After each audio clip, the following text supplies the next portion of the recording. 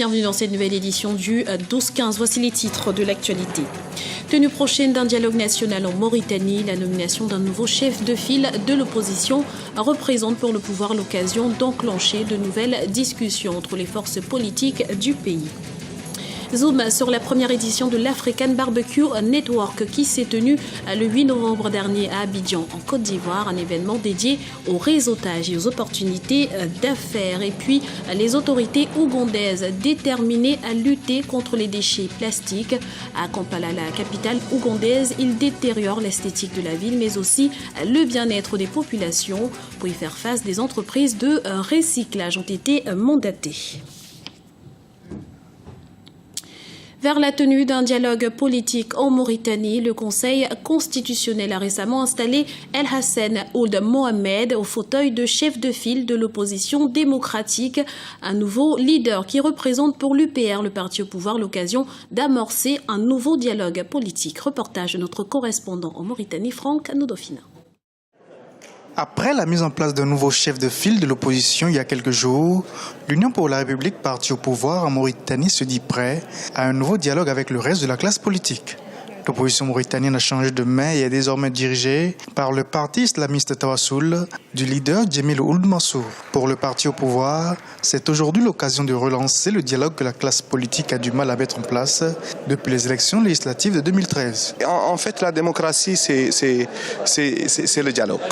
Donc nous, depuis longtemps, on a toujours appelé à un dialogue inclusif qui appelle toutes les parties, en fait, toutes les parties et tous les partis politiques à s'asseoir autour d'une table afin que nous définissions ensemble les enjeux qui sont en place actuellement, éventuellement pour trouver un dénominateur commun autour duquel on pourra en fait immuniser le pays. Donc le parti que je représente, l'Assemblée nationale, tous les partis politiques, en fait le parti l'UPR essentiellement dont je suis un élu, tend la main et a toujours tendu la main afin qu'il y ait un dialogue inclusif. La classe politique mauritanienne semble aujourd'hui amorcer un nouveau virage. Après les multiples divergences connues avant et à la suite de la présidentielle de juin 2014, les acteurs politiques de divers bords souhaitent aujourd'hui s'accorder afin d'avancer.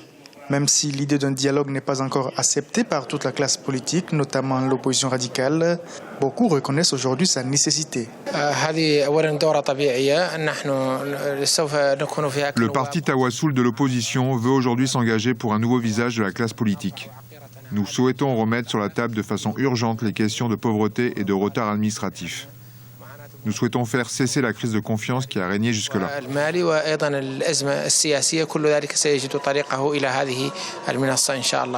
Désormais, c'est le maire de la commune d'Arafat, El Hassan Ould Mohamed du parti Tawassoul, qui dirige l'opposition en Mauritanie. Une aubaine pour l'opposition islamiste. Mais pour parvenir au dialogue tant attendu, une plus grande cohésion entre les différents partis de l'opposition s'impose aujourd'hui.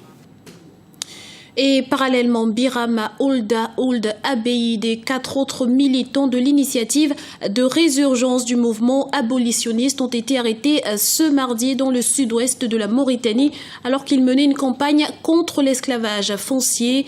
Ils sont accusés de racisme et d'atteinte à l'unité et à la cohésion nationale. Lauréat du prix des Nations Unies des droits de l'homme 2013 pour son combat non violent contre l'esclavage en Mauritanie, Birama Ould Abeid a occupé à la seconde place à l'élection présidentielle de juin dernier. On écoute la réaction de son porte-parole, Bala Touré. Monsieur Biram Abed, le président de l'initiative de résurgence du mouvement abolitionniste en Mauritanie, est actuellement détenu à la compagnie de gendarmerie de la ville de Rosso. Il est détenu parce que notre mouvement, accompagné de sept autres organisations, ont organisé à partir de Bogué, en passant par Rosso, en passant par plusieurs villages pour arriver à Rosso, une caravane que nous avons appelée la caravane pour la lutte contre l'esclavage foncier. Et voilà, durant cette caravane, nous avons pu rencontrer les populations. Nous avons visité plusieurs villages et partout où nous sommes venus, nous avons trouvé des populations en détresse qui ont été spoliées de leurs terres, expropriées, alors que c'est la seule ressource dont ils disposent pour leur survie. Et voilà, les autorités ne veulent pas ce que nous faisons, nous traitent de racisme, et que nous créions la zizanie entre les populations. Nous voulons séparer les populations noires des populations arabo-berbères de Mauritanie.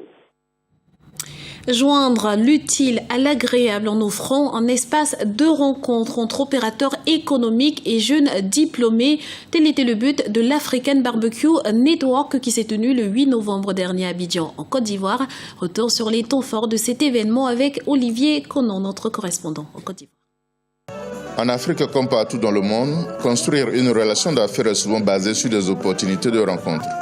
Étudiants en quête de partenaires, businessmen à la recherche d'opportunités, décideurs politiques soucieux de partager une vision de leurs actions se sont rassemblés pour un networking novateur autour d'un barbecue à Abidjan.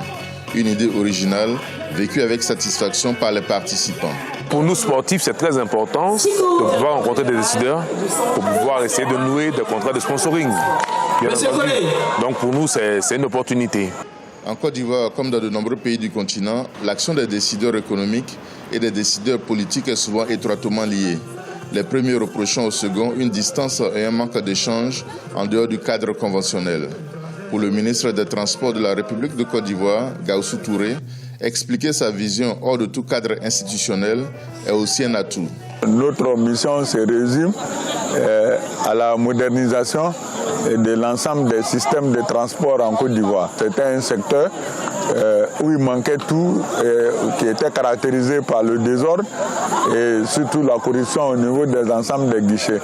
Donc ce que nous faisons aujourd'hui, c'est une utilisation à outrance des technologies de l'information pour qu'effectivement on puisse maîtriser les informations, avoir des statistiques fiables et surtout créer la transparence au niveau de ce secteur. L'African Barbecue Network souhaite désormais renforcer son action au terme de cette première réussite à travers un magazine bimestriel et un renforcement novateur des liens entre les acteurs du public et du privé porteurs de projets et des décideurs de tous horizons. Une démarche qui se veut inspiratrice sur le continent. Plus de la moitié des ordures dans la capitale ougandaise, Kampala, finissent dans les canaux de drainage, les cours d'eau naturels ou encore sur le bord de la route. Pour lutter contre cette insalubrité, notamment contre les détritus en plastique, de nombreuses entreprises privées ont été mandatées. Leur mission, débarrasser Kampala de ces déchets. Birama Saonera. Environ 600 tonnes de déchets plastiques sont jetés à Kampala tous les jours. Une grande partie de ces ordures sont jetées dans les égouts et autres canaux d'évacuation des eaux usées. Pour lutter contre ces problèmes de santé publique qui enflent dans la capitale ougandaise, des entreprises privées de recyclage interviennent afin de récupérer ces déchets. Une activité qui fournit aujourd'hui un moyen de subsistance pour des centaines de personnes à Kampala. Le système de drainage lui-même était plein de bouteilles. S'il n'existait pas le recyclage des plastiques, tous les déchets plastiques que nous collectons se seraient retrouvés soit dans la rivière ou bien dans les égouts. Le recyclage est en cours et nous voyons que ça aurait été pire si nous ne l'avions pas fait. L'Ouganda lutte contre les sacs en plastique depuis plusieurs années.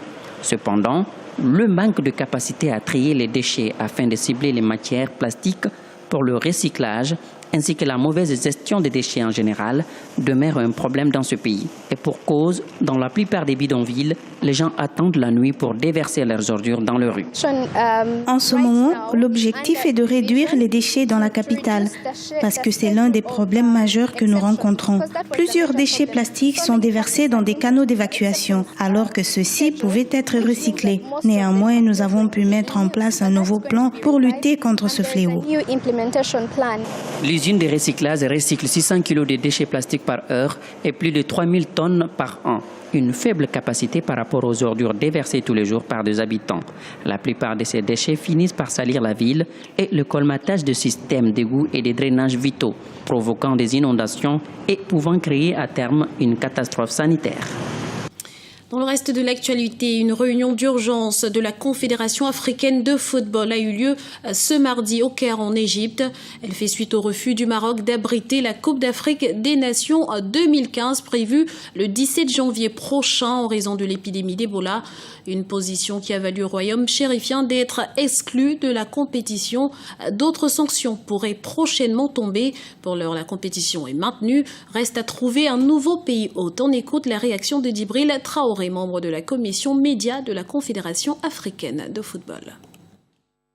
Les Marocains sont aujourd'hui les seuls à savoir la raison exacte qui fait qu'ils n'organisent pas, qu'ils n'acceptent pas d'organiser cette Coupe d'Afrique des Nations. Mais au-delà de tout ce que les uns et les autres savent, moi personnellement, à titre personnel, je me pose une question. Est-ce que les Lions de l'Atlas sont prêts? Est-ce que l'équipe marocaine est prête pour affronter cette Coupe d'Afrique des Nations? Parce que ça peut être aussi une raison. Je ne dis pas que c'est celle-là la raison, mais ça peut être une raison. Parce qu'aux yeux du peuple marocain, est-ce qu'aujourd'hui le royaume chérifien peut accepter d'organiser cette CAN et de ne pas aller loin là-dedans? Moi, c'est une des questions fondamentales que je me pose. Alors, je ne sais pas si ça fait partie des raisons, mais je suis quand même étonné que le Maroc, un pays africain, un pays solidaire, un pays de la CAF qui a vu l'élection du président Ayatou et qui l'a soutenu en son temps, n'est-ce pas, accepte d'organiser la Coupe du monde des clubs à 3 semaines de la Coupe d'Afrique des Nations et refuse d'organiser la Coupe d'Afrique des Nations. Ça, je ne l'explique pas du tout. C'était le journal de la rédaction. Nous vous remercions pour votre fidélité. Retrouvez dans un instant une nouvelle édition du 12-15 sur Africa 24.